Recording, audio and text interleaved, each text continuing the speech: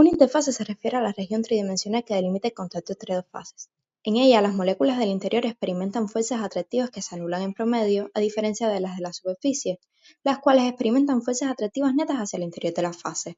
Esta atracción tiende a reducir el área interfacial y la responsable de esto es la llamada tensión superficial, siendo las fuerzas que originan la reducción del área entre las fases. Como pudimos corroborar con nuestra investigación, en la literatura se reportan varios métodos para medir la tensión superficial de líquidos. Entre ellos, uno de los más conocidos es el método del anillo. Se enfoca en la cuantificación de la fuerza necesaria para separar un anillo de metal, generalmente de platino, de la interfaz entre un líquido y su entorno. Se propone que una estimación inicial de la fuerza de separación se puede calcular mediante la multiplicación de la tensión superficial del líquido por la longitud del perímetro del área a desanclar, como se muestra en pantalla.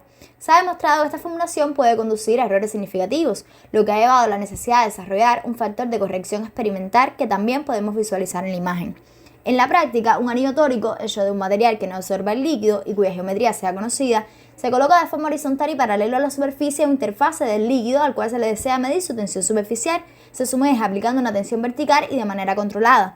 Es importante que la parte del anillo que está en contacto con el líquido esté limpia y libre de impurezas. Generalmente se mide el empuje máximo ejercido por el fluido sobre el anillo con un dinamómetro o con una balanza. Este método es especialmente eficiente en situaciones donde no se puede asegurar que el ángulo de contacto sea cero y cuenta con una alta precisión. No obstante, incluye algunas desventajas como la generación de una nueva área interfacial y la necesidad de implementar correcciones hidrostáticas para mejorar la precisión de las mediciones obtenidas. Es también una técnica sofisticada para investigar las propiedades interfaciales de líquidos, facilitando un estudio detallado de la tensión superficial e interfacial y permitiendo realizar una evaluación precisa de las interacciones en la interfase.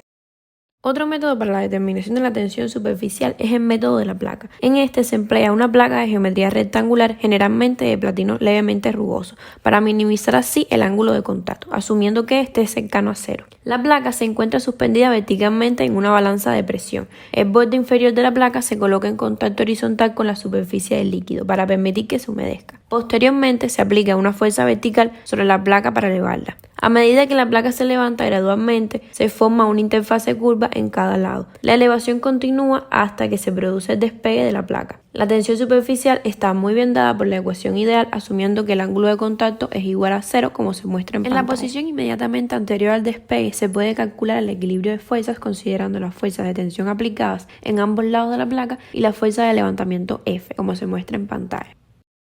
Es necesario destacar que durante el despegue la placa está sumergida en el líquido, por lo que no es necesario corregir el empuje de Arquímedes a diferencia del método del anillo.